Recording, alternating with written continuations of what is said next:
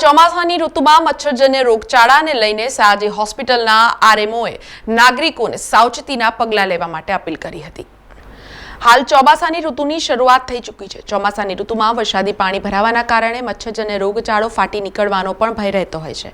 ત્યારે આ મામલે TNN ન્યૂઝની ટીમે વડોદરા શહેરમાં આવેલી મધ્ય ગુજરાતની સૌથી મોટી સયાજી હોસ્પિટલના આરએમઓ ડોક્ટર હિતેન્દ્ર ચૌહાણ સાથે વાતચીત કરી હતી, જેમાં તેમણે મચ્છરજન્ય રોગોના દર્દીઓને પહોંચી વળવા માટે સયાજી હોસ્પિટલનું તંત્ર સજ્જ હોવાનું જણાવ્યું હતું। સાથે જ નાગરિકોને કેટલાક સાવચેતીના પગલાં લેવા માટે પણ અપીલ કરી હતી।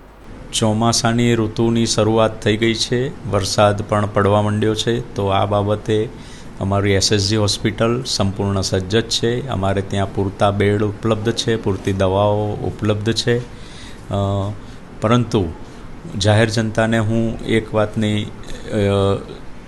વિનંતી કરવા માગીશ કે ચોમાસામાં થોડીક સાવધાની રાખે તો રોગચાળાથી અવશ્ય બચી શકે।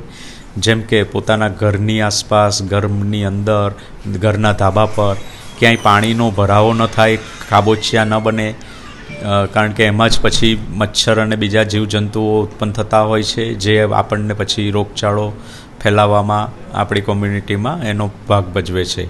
તો ખાબોચિયા ભરાઈ ન રહે, પાણી ભરાઈ ન રહે, એનું ખાસ ધ્યાન રાખવું, સફાઈ નિયમિત રાખવી।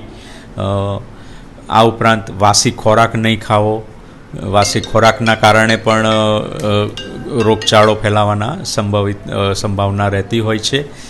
પૌષ્ટિક ખોરાક ખાવો, ભીડવાળી જગ્યાઓ પર જવાનું ટાળવું, બની શકે તો મચ્છરદાનીમાં જ સૂવાનો પ્રયત્ન કરવો।